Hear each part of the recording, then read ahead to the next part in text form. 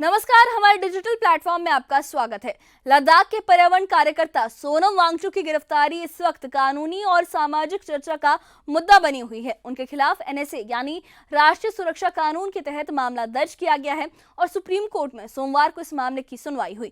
अदालत ने केंद्र सरकार, लद्दाख प्रशासन और जोधपुर जेल को नोटिस जारी किया और जवाब मांगा। अब अगली सुनवाई 14 अक्टूबर को होगी। सुनवाई के दौरान कई अहम पहलू भी सामने आए हैं। लद्दाख में हाईकोर्ट की अनुपस्थिति, हिरासत आदेश की प्रतियों का मुद्दा और कानूनी प्रक्रिया की रूपरेखा। वहीं लद्दाख में हालात भी कुछ तनावपूर्ण बने हुए हैं। 26 सितंबर को हुए प्रदर्शन हिंसक हो गए थे, जिसमें कुछ लोगों की मौत हुई थी। इंटरनेट सेवाएं कुछ दिन बंद रही और स्कूल हाल ही में फिर से खोले गए हैं। इस पूरे घटनाक्रम और कानूनी प्रक्रिया की जानकारी और लद्दाख के मौजूदा हालात देखिए इस खास रिपोर्ट में।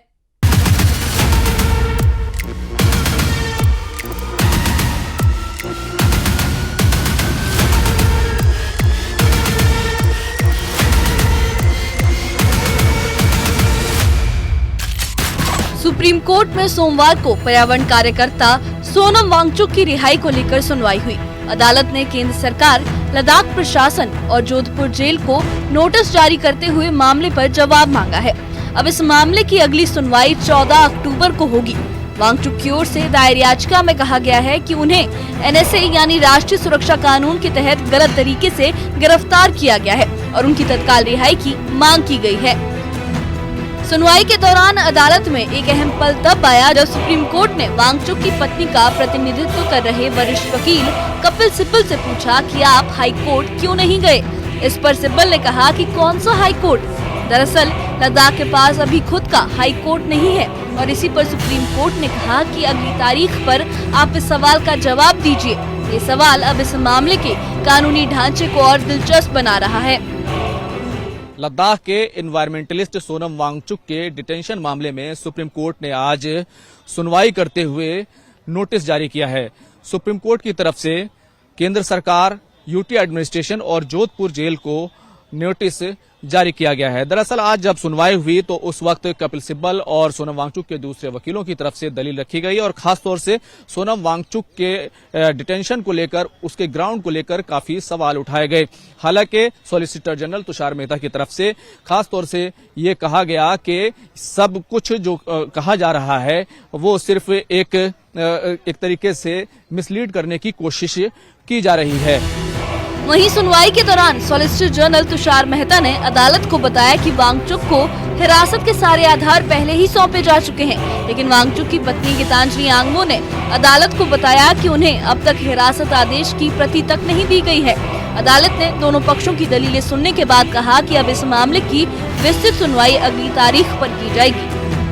दरअसल डिटेंशन का ग्राउंड जो कानून है उसको बताने का, उसको यानी कि सोनम वांगचुक को वो बता दिया गया है। जो डिटेन्यू है यानी कि जिनको डिटेन किया गया है उनको ग्राउंड बता दिया गया है और ये कानून में ऐसा कुछ नहीं है कि उनकी फैमिली को जो है बताना जरूरी हो। और जिस पर कोर्ट ने कहा कि उनकी वाइफ को उनसे मिलने की जो है इजाजत दी जानी चाहिए, जिस पर कहा गया कि सॉलिसिटर तुषार मेहता की तरफ से कहा गया कि उस पर जो है विचार किया जा रहा है और जल्द ही उनको भी डिटेंशन के ग्राउंड को लेकर सप्लाई करने पर भी जो है हम फैसला लेंगे। तो कुल मिलाकर अब इस मामले की सुनवाई जो है वो ट्यूसडे यानी अगले ट्यूसडे को इस पूरे मामले की सुनवाई होगी। वहीं सोनम वांगचुक की पत्नी गीतांजलि ने सोशल मीडिया प्लेटफॉर्म एक्स पर लिखा कि मैं सुप्रीम कोर्ट की आभारी हूं कि उसने नोटिस जारी किया है।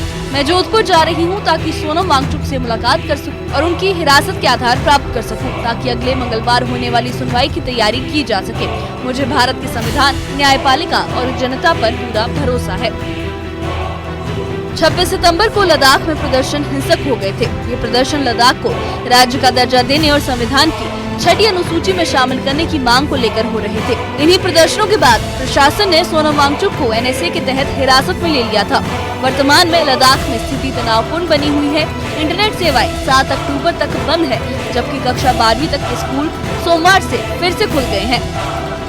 जो स्कूल खोलने का आदेश दिया, जो 12 क्लास तक के सभी स्कूल आज से खुला जाएंगे, तो 2 दिन पहले तक मिडिल क्लास तक ही अलाउड किया गया। और आपको बता दूं कि जो 163 BNS अभी भी लद्दाख में लागू है, तो उसी रूल को फॉलो करते हुए ये सब किया गया है। और आपको बता दूं कि जहाँ तक दुकानों की बात है वो सुबह 7 बजे से लेकर शाम के 6 बजे तक रहेगा, खुला रहने का उन्होंने ऑर्डर इशू किया है। इस बीच एपेक्स बॉडी लेह के सह अध्यक्ष चेरिंग दोरजे ने प्रदर्शन के दौरान मारे गए 4 लोगों की मौत की न्यायिक जांच की मांग की है। उन्होंने कहा कि उन्हें मजिस्ट्रेट जांच स्वीकार नहीं है, बल्कि वो सुप्रीम कोर्ट के रिटायर्ड जज से न्यायिक जांच चाहते हैं। चेरिंग दोरजे ने कहा कि हम मजिस्ट्रेट जांच को स्वीकार नहीं करेंगे, हमें सुप्रीम कोर्ट के रिटायर्ड जज से न्यायिक जांच चाहिए। उन्होंने ये भी बताया कि 34 वर्षीय स्टेंजन दोरजे, जिन्होंने हाल ही में आत्महत्या की, सोनम वांगचुक की गिरफ्तारी के बाद से मानसिक तनाव में थे।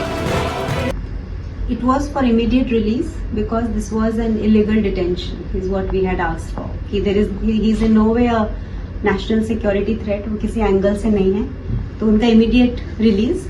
और उसके लिए हमें जो grounds of detention चाहिए आज तक नहीं दिए गए हैं। वो कह रहे हैं कि उनको दिया है, लेकिन वो एक ग्लास के पीछे हैं।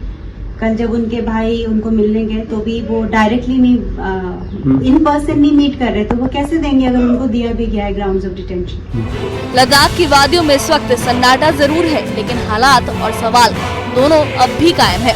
क्या सोनम वांगचुक को रिहाई मिलेगी या उनका इंतजार लंबा होगा? अब सबकी नजरें 14 अक्टूबर को होने वाली अगली सुनवाई पर टिकी हैं। Bureau report, news 18।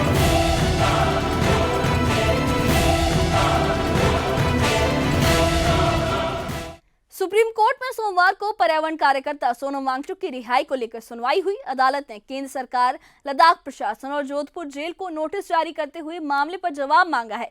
अब इस मामले की अगली सुनवाई 14 अक्टूबर को होगी। वांगचुक की ओर से दायर याचिका में ये कहा गया है कि उन्हें एनएसए यानी राष्ट्रीय सुरक्षा कानून के तहत गलत तरीके से गिरफ्तार किया गया है और उनकी तत्काल रिहाई की मांग की गई है। सुनवाई के दौरान अदालत में एक अहम पल तब आया जब सुप्रीम कोर्ट ने वांगचुक की पत्नी का प्रतिनिधित्व कर रहे वरिष्ठ वकील कपिल सिब्बल से पूछा कि आप हाई कोर्ट क्यों नहीं गए। इस पर सिब्बल ने कहा कि कौन सा हाई कोर्ट? दरअसल लद्दाख के पास अभी खुद का हाई कोर्ट नहीं है और इसी पर सुप्रीम कोर्ट ने कहा कि अगली तारीख पर आप इस सवाल का जवाब दीजिए। ये सवाल अब इस मामले के कानूनी ढांचे को और दिलचस्प बना रहा है। वहीं सुनवाई के दौरान सॉलिसिटर जनरल तुषार मेहता ने अदालत को बताया कि वांगचुक को हिरासत के सारे आधार पहले ही सौंपे जा चुके हैं, लेकिन वांगचुक की पत्नी गीतांजलि आंगमो ने अदालत को यह बताया है कि उन्हें अभी तक हिरासत आदेश की प्रति तक नहीं दी गई है। अदालत ने दोनों पक्षों की दलीलें सुनने के बाद ये कहा है कि अब इस मामले की विस्तृत सुनवाई अगली तारीख पर की जाएगी। वहीं सोनम वांगचुक की पत्नी गीतांजलि ने सोशल मीडिया प्लेटफॉर्म एक्स पर लिखा कि मैं सुप्रीम कोर्ट की आभारी हूं कि उन्होंने नोटिस जारी किया है। मैं जोधपुर जा रही हूं ताकि सोनम से मुलाकात कर सकूं और उनकी हिरासत के आधार ले सकूं, ताकि अगले मंगलवार होने वाली सुनवाई की तैयारी की जा सके। मुझे भारत के संविधान, न्यायपालिका और जनता पर पूरा भरोसा है। 26 सितंबर को लद्दाख में प्रदर्शन हिंसक हो गए थे। ये प्रदर्शन लद्दाख को राज्य का दर्जा देने और संविधान की 6ठी अनुसूची में शामिल करने की मांग को लेकर थे।